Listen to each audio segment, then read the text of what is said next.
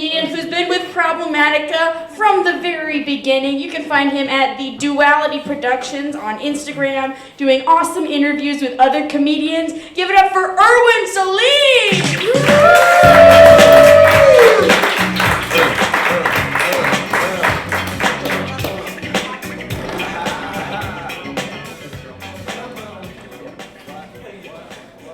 Alright, cool. Let's talk some dumb shit. Alright. So yeah, my name is Erwin. I like to eat ass. I'm an Aries too. Although I'm not really into all that astrology stuff. I feel like, life, that's our responsibility. It's our decisions that make the difference. But that just might be the Aries talking, so I don't know, who knows about that. So yeah, like Katie mentioned, I started my little brand, TheDualityProductions, because, I named it that because at first I was into philosophy and stuff, but I quickly found out I'm too stupid for that, which is why I'm doing stand-up comedy now. Like one of my first little dumb philosophies I had to come up with was, Katie was just talking about, making some money, because like I was checking out at the store the other day, and I was at the register, and as the cashier, he was giving me my receipt. He told me, if you fill out this survey on the back, then there's a chance that I can get a raise. And like, to me, you shouldn't be relying on like a big corporation to give you a little bit, little extra cash here and there. That's your responsibility, right? Go, like Katie said, go suck some dick, go sling some pills, right? Go do something good for the community, you know what I'm saying? Right?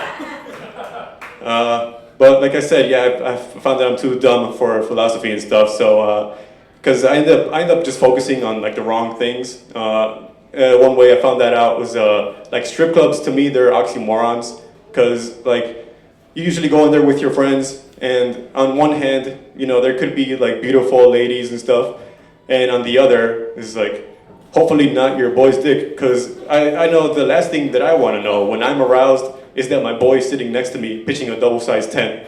All right, yeah, just focusing on the wrong things there.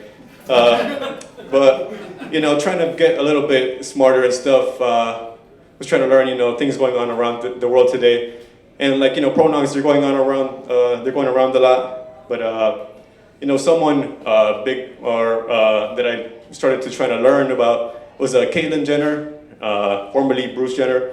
But, so something that I learned is, that really is tough, especially being like in such a public person, doing such great things in the Olympics and all that.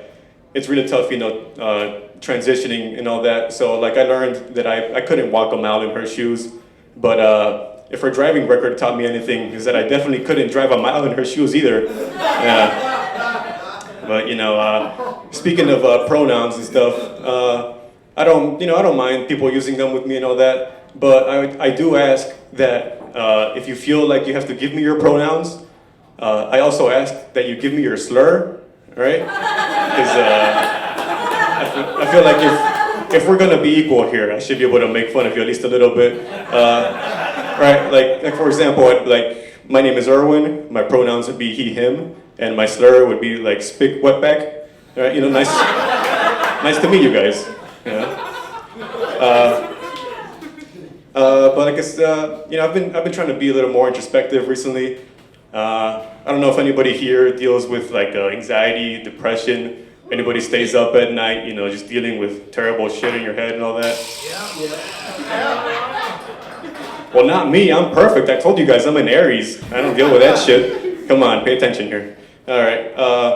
But this is from. I was reading an article. And it said, during the course of the operation, authorities said 24 men approached undercover members of the team and solicited sex for money. And to me, like, are prostitution stings ever really worth taxpayer money? Because, like, let's say, for example, the president, let's say he got caught up with a bunch of prostitutes. Like, I wouldn't be mad at him at all. I'd be furious at the first lady, all right? That's why there's so much corruption nowadays. Ladies are just not sucking enough dick, all right? But, speaking of prostitution and stuff, now, for some reason, they made it illegal to sell your body, but you can donate your body. You can donate your body at a sperm bank, a blood bank, and if you die, they'll even take your whole body. So what I'm proposing is, why don't they set up a whore bank where sluts can donate their body to needy people, right? That would cure like depression rates. The opioid crisis would like get totally cured, all right? And women would have an excuse to be sluts, right, for charity, right?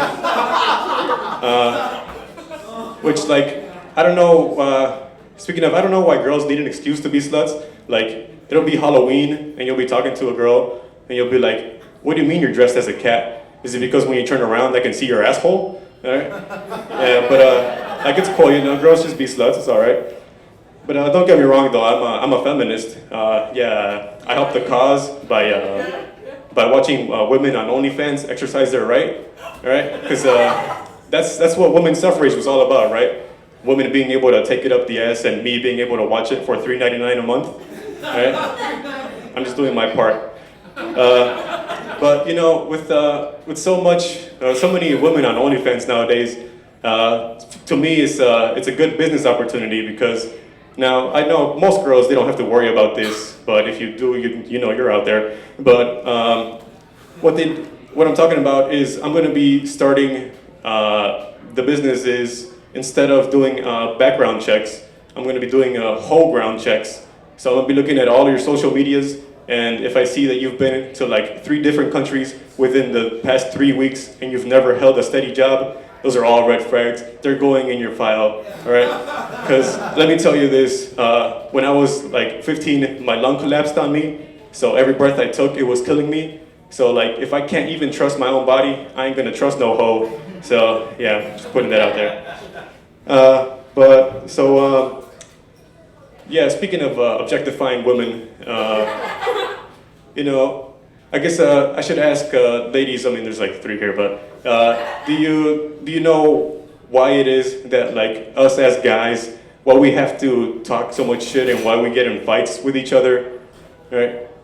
It's basically, but it's because we can't release that testosterone on each other. I can't come in my boy's ass. That's my problem, right? Because if I could do that, then I wouldn't need to stare at your titties while you were telling me a story or some shit, all right?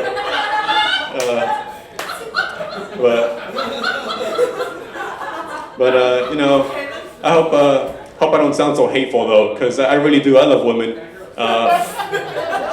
Because like something I don't really understand, you know, is like some gay guys, they don't like pussy, and to me, like, you know, they say that it looks kind of scary and all that, which I kind of understand that, but let me tell you this, it tastes way better than it looks, all right? Because especially after your girl's had a long day at work and you gotta peel those panties off, that's a culinary experience, right? Let me tell you this, when Gordon Ramsay eats pussy, he tells his wife not to take a shower. I'm telling you right now. Yeah. All right, no, didn't go so. All right. But let me tell you a little bit about myself. I've been trying to get into acting recently. Acting less racist, really. Yeah, I might want to take those claps back. No, but I play basketball, you know, so I can't be racist. I was hanging out with my nephews the other day, and they told me, hey, let's have a race contest. And I was like, why? White people always win. But they're like, no, let's race from here to over there. Like, oh shit, you know, thinking about the wrong things, man. There's also a conversation I kind of find myself having with my cousin. Well, he ends up asking me, he says, are you racist? And, you know, I gotta be like a little bit honest that I do end up saying yes, because like, I understand that like I'm a human being, there's a little hatred in all of us, and I feel like if you say that you're not even like a tiny bit racist, you're lying. And I also like to use the N-word a lot, so that doesn't help the conversation. But speaking of racist, who's excited for Trump? Regardless of what you think about his politics and stuff, something I think that's just ridiculous is, because I don't know if anybody here is like a history buff or anything, but the last time that somebody tried to build a Great Wall, that thing got taken down by a bunch of Chinamen on horseback. And I don't know if you guys know how many Mexicans can fit on the back of a pickup truck, but that's way more than any horse can carry Chinese people. All right? And if you guys have ever done any remodeling in your home, you know how fast half a family of Mexicans can take a wall down, right? So there's a couple of holes in this plan. And also, like there's that stereotype that Mexicans are hardworking and stuff, and that's pretty true. Except the only thing about that is that we're only hardworking when we need to be, because I don't know if anybody's ever been down in Mexico, but that thing's all Mexican. Like, you'd expect, since you're over here, you hire a Mexican, your hedges are gonna be all trimmed up properly, right? Your grass is gonna be perfect. But you go down to Mexico, everything's made out of concrete and rebar. There's dogs everywhere, and like everybody's just hanging outside instead of looking for a job. They're just drinking beer. I don't know, but so anybody? Speaking of movies, well, not speaking of movies. I'm bringing up movies. Anybody wish that The Purge was real? The Purge, you guys know The Purge? Purge. I mean for gay stuff. Like, I just wish there was a day that you could do anything gay, and just nobody else can mention it for the rest of the year, right? Like, just everybody walking around with sore assholes. Nobody could say anything about it. But yeah, reality it can be a lot scarier than fiction. I don't know if anybody's ever been at the movie theater and ever been like really terrified. Because I know the only times I've ever been really terrified is when I'm taking a shit, I look down and I see blood. That's real scary. Some people, they don't need drugs to have fun. They can just stay inside, do a puzzle, and call it a night. Not me though. I know how to have real fun, so I need drugs, right? Like, I'm trying to take some Molly, go to a rave, and finger some fat bitches. Now that's real fun. Yeah. Speaking of movies though, speaking of movies, what they're trying to do a lot in most movies today is they're trying to bring in, they're trying to make the main protagonist a woman, and I'm just trying to wait until they try to make Jesus a woman, because, he had long hair in all of his pictures, right? He would preach to you like he was your mother. He was the first social justice warrior. He would feed people fish because he was probably trying to stay lean. He enjoyed himself a glass of wine. When he went to supper with 12 of his friends, I've never heard of a guy going to supper with 12 of his friends, and he would use his dad's name for authority, and that sounds like a woman to me. All right? I think that God must be a woman. That's why she communicates in signs and plagues. She's just never going to talk to us directly, right? That's why there's so many non-believers who just don't know what we are to her, right?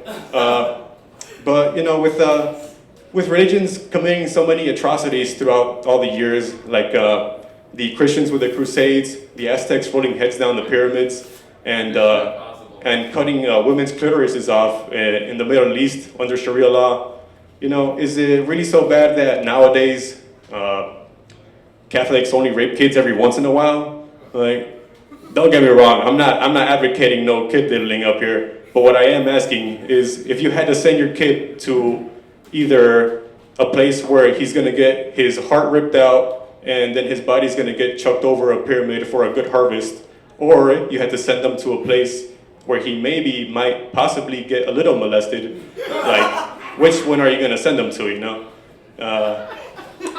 That's a trick question, by the way. The answer is just get rid of religions. I will be starting my own cult, though, if anybody wants to hang out.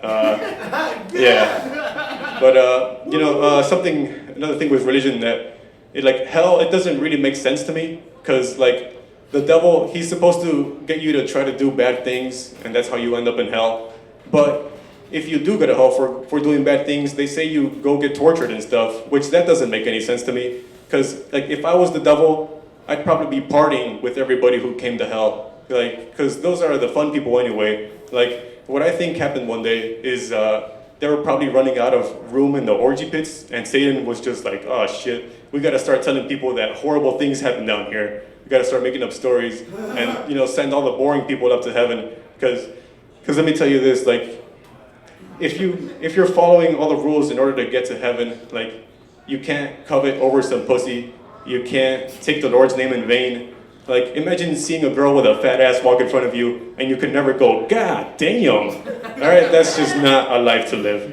All right, and I got the light. I'll do try to dip into the bucket real fast here. Yes, sir.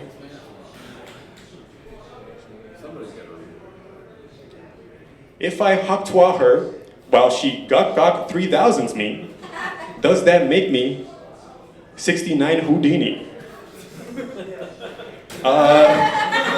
Whatever that means, yes it does. Yes, in fact it does. So with that, that's the end of my set. Thank you for coming out, everybody. Give it up for your host and the other comedians that have been out here. We are building a religion. We are building it bigger. We are widening corridors and